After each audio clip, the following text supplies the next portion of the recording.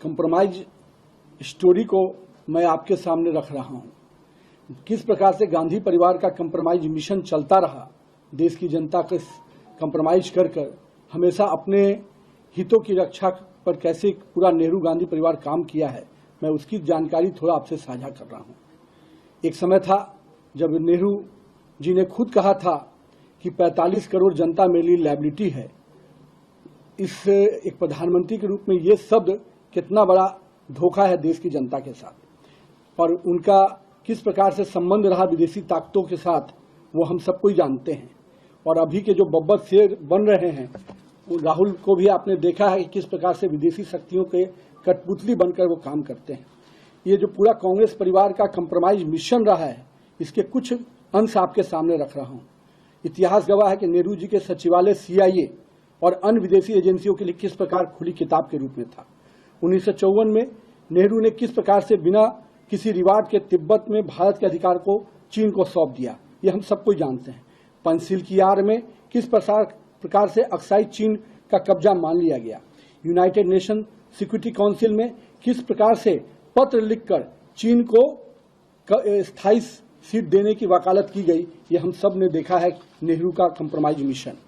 अब आते हैं माननीय इंदिरा गांधी जी के पर, जिन्होंने लगातार एक बड़ी छवि बनाई थी, लेकिन हम सबको ध्यान में है कि अमेरिकी राजदूत मोहिना ने माना था कि CIA ने कांग्रेस को चुनाव में प्रचार करने के लिए पैसा दिया। शिमला समझौता, जिसमें 93,000 पाकिस्तानी सैनिक को बिना PO के कब्जा लिए हुए छोड़ देना, आखिर किस कंप्रोमाइज मिशन के तहत ये किया गया। राजनीतिक रूप से कच्चा टीपू जो है श्रीलंका का, उसको किस प्रकार से उपहार स्वरूप श्रीलंका को दे देना इंदिरा गांधी के कंप्रोमाइज मिशन की स्टोरी बताता है। आइए राजीव गांधी के कंप्रोमाइज मिशन को देखेंगे तो आप देख सकते हैं कि रक्षा सेवा में किस प्रकार से अपने उस डील को पर्सनल बैंक अकाउंट को मजबूत करने का माध्यम बनाया गया। बोफोर्स घोटाले में स्वीडिश जांच के लिए किस प्रकार से उसको रोकते हुए अपने मित्र के लिए कोटोरोची को बचाने का किस प्रकार से प्रयास किया गया। हम लोगों ने देखा कि भोपाल गैस कांड में हजारों भारतीयों के हत्यारे वोरेन एडरसन को राजकीय विमान से सुरक्षित देश से बाहर करना, आखिर इस कंप्रोमाइज मिशन का कहानी को ही न बताता है। और इसके बाद सोनिया गांधी जी का, जिनका पूरा राजनीतिक अगर आप देख सकते हैं तो 2004 से 14 के बीच में नेशनल एडवाइजरी काउंसिल के माध्यम से सुपर PM बनकर समांतर सरकार और कैबिनेट का संचालन करना निश्चित रूप से कंप्रोमाइज PM का मिशन जो कांग्रेस का था उसको पूरा कर रही थी। और आप उसी कालखंड में आपको ध्यान में होगा, राजीव गांधी फाउंडेशन को चीन की सरकार और जॉर्ज सोरोस के नेटवर्क से फंडिंग कराना, किस कंप्रोमाइज मिशन के तहत ये काम किया गया। चीनी कम्युनिस्ट पार्टी के साथ कौन सा गुप्त समझौता किया गया, निश्चित रूप से ये उनके कंप्रोमाइज मिशन की झलक है। अब आते हैं जो निगेटिव पॉलिटिक्स के पोस्टर बॉय हैं, राहुल गांधी जी 247 से अधिक विदेशी यात्राएं किए, पर उनमें से अधिकांश यात्राओं को सुरक्षा एजेंसियों को उसकी जानकारी नहीं देना, आखिर किस कंप्रोमाइज मिशन के तहत हो रहा था। विदेश जाकर भारत विरोधी इल्हान अमर और सोरस जैसे करीबियों से मिलना और उनके इशारे पर भारत में ओछी राजनीति करना, ये किस मिशन के तहत हो रहा था।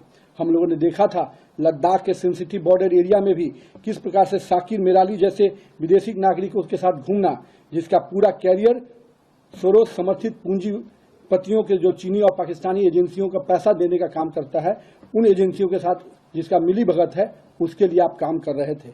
ये दिखता है कि राहुल गांधी की पूरी राजनीति कंप्रोमाइज लीगेसी को ही आगे बढ़ाने वाली रही है, जिसके अंतिम दूत बनकर राहुल गांधी सामने नजर आ रहे हैं। और दूसरी ओर पूरे कांग्रेसियों की जो अराजकतावादी मानसिकता को राहुल गांधी लगातार आगे बढ़ा रहे हैं, वो दिखता है कि राजनीति की जो कंप्रोमाइज एटीट्यूड रहा है उनका, पहले देश की हितों को कंप्रोमाइज करना, देश की राजनीतिक दिशाओं को कंप्रोमाइज करना, और मैं तो कहता हूं कि बड़े पैमाने पे जो युवाओं का एक सकारात्मक सोच आगे बढ़ने की बात आती है, जो देश आज सबसे बड़े युवा आबादी के साथ खड़ा है, उस युवाओं को भी गलत रास्ते पर भटकाने का काम कोई कर रहा है।